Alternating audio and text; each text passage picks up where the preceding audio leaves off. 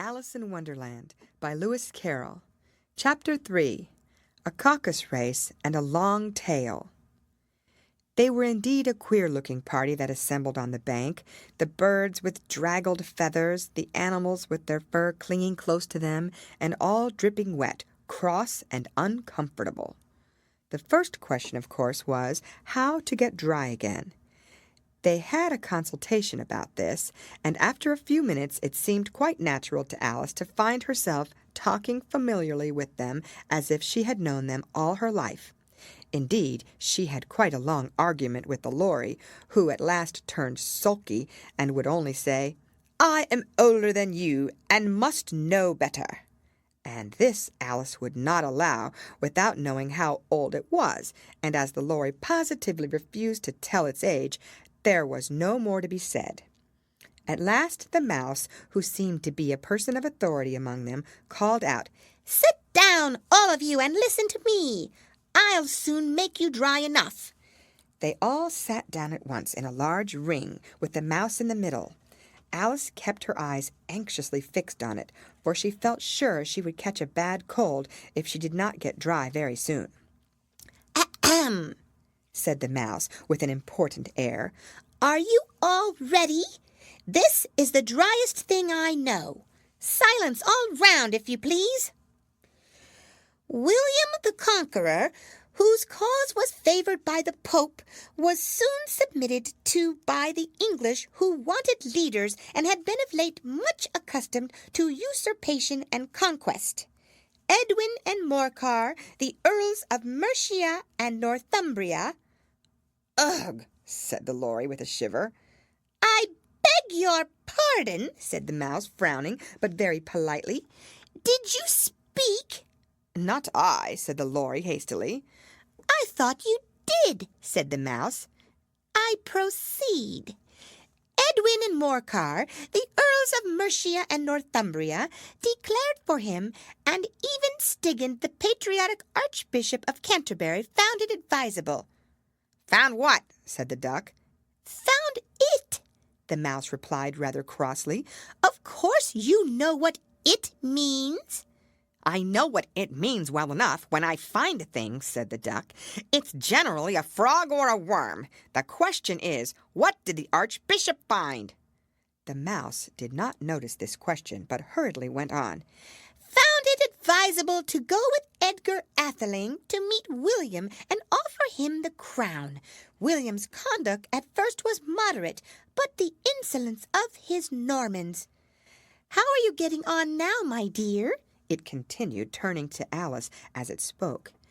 "As wet as ever," said Alice in a melancholy tone. "It doesn't seem to dry me at all." "In that case," said the Dodo solemnly, rising to its feet, "I move that the meeting adjourn for the immediate adoption of more energetic remedies." "Speak English," said the Eaglet. "I don't know the meaning of half those long words, and what's more, I don't believe you do either." And the Eaglet bent down its head to hide a smile. Some of the other birds tittered audibly. "What I was going to say," said the Dodo in an offended tone, "was that the best thing to get us dry would be a caucus race." "What is a caucus race?" said Alice. Not that she wanted much to know, but the Dodo had paused as if thought that somebody ought to speak, and no one else seemed inclined to say anything. "Why," said the Dodo, "the best way to explain it is to do it." And as you might like to try the thing yourself some winter day, I will tell you how the Dodo managed it. First, it marked out a race course in a sort of circle. The exact shape doesn't matter, it said, and then all the party were placed along the course here and there. There was no 1, 2, 3 and away, but they began running when they liked and left off when they liked, so that it was not easy to know when the race was over. However, when they had been running half an hour or so and were quite dry again, the Dodo suddenly called out, "The race is over!" and they all crowded round it, panting and asking, "But who has won?" This question the Dodo could not answer without a great deal of thought, and it sat for a long time with one finger pressed upon its forehead. the position in which you usually see Shakespeare in the pictures of him, while the rest waited in silence. At last the dodo said, "Everybody has won, and all must have prizes." "But who is to give the prizes?" quite a chorus of voices asked. "Why, she, of course," said the dodo, pointing to Alice with one finger, and the whole party at once crowded round her, calling out in a confused way, "Prizes! Prizes!" Alice had no idea what to do, and in despair she put her hand in her pocket and pulled out a box of comfits. Luckily, the salt water had not gotten into it, and handed them round as prizes. There was exactly one apiece all round. "But she must have a prize herself, you know," said the mouse. "Of course," the dodo replied very gravely. "What else have you got in your pocket?" he went on, turning to Alice. "Only a thimble," said Alice sadly.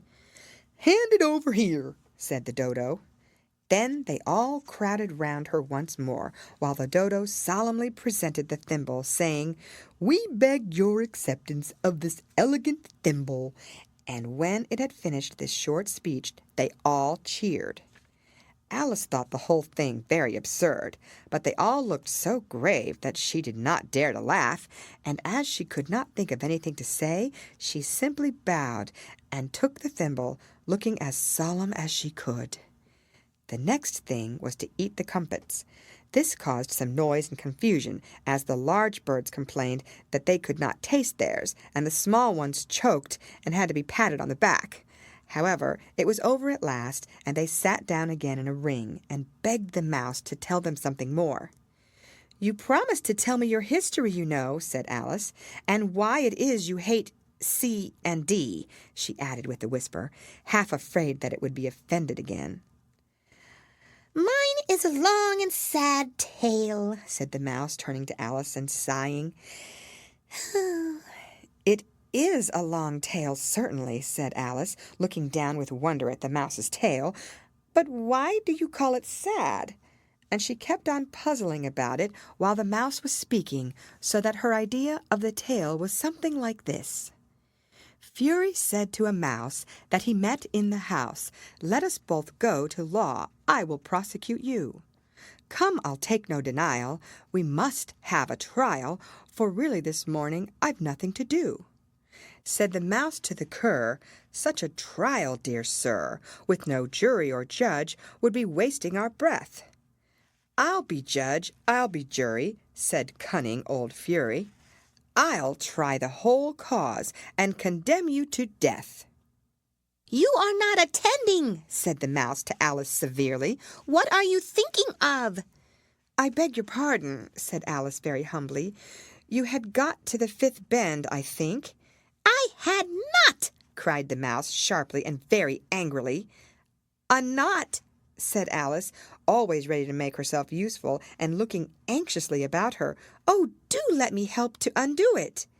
"I shall do nothing of the sort," said the mouse, getting up and walking away. "You insult me by talking such nonsense."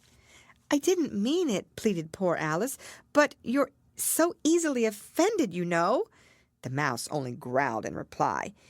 "Please come back and finish your story," Alice called after it, and the others all joined in chorus. "Yes, please do."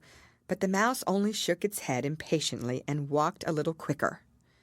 "What a pity it wouldn't stay," sighed the lory as soon as it was quite out of sight, and an old crab took the opportunity of saying to her daughter, "Ah, my dear, let this be a lesson to you never to lose your temper. Hold your tongue, Ma," said the young crab a little snappishly. "You're in a..."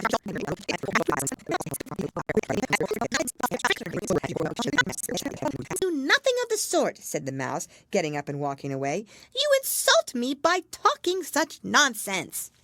"I didn't mean it," pleaded poor Alice, "but you're so easily offended, you know." The mouse only growled in reply. "Please come back and finish your story," Alice called after it, and the others all joined in chorus. "Yes, please do."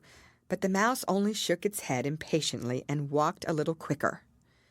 "What a pity it wouldn't stay," sighed the lory as soon as it was quite out of sight, and an old crab took the opportunity of saying to her daughter, Ah, my dear, let this be a lesson to you never to lose your temper. Hold your tongue, Ma, said the young crab a little snappishly. You're enough to try the patience of an oyster. I wish I had our Dinah here. I know I do, said Alice aloud, addressing nobody in particular. She'd soon fetch it back. And who is Dinah, if I might venture to ask the question? Said the Lory. Alice replied eagerly, for she was always ready to talk about her pet. Dinah's our cat, and she's such a capital one for catching mice. You can't think. And oh, I wish you could see her after the birds. Why, she'll eat a little bird as soon as look at it. This speech caused a remarkable sensation among the party. Some of the birds hurried off at once. One old magpie began wrapping itself up very carefully, remarking, I really must be getting home. The night air doesn't suit my throat. And a canary called out in a trembling voice to its children, Come away, my dears. It's high time you were all in bed. On various pretexts, they all moved off, and Alice was soon left alone. I wish I hadn't mentioned Dinah, she said to herself in a melancholy tone. Nobody seems to like